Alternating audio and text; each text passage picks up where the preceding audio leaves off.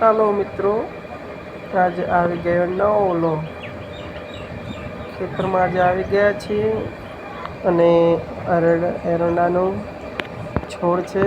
આ જોઈ શકો છો તમે, એરંડાની ખેતી છે. આગલા વ્લોગમાં તમને મગફળીની ખેતી બતાવી હતી. આજે એરંડાની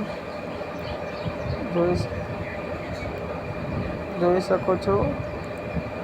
શિવભા રમી રહ્યા છે. આગળ નાના છોડ થઈ ગયા છે. ટૂંક જ સમયમાં મોટા થઈ જશે અને એરંડા બી આવી જશે.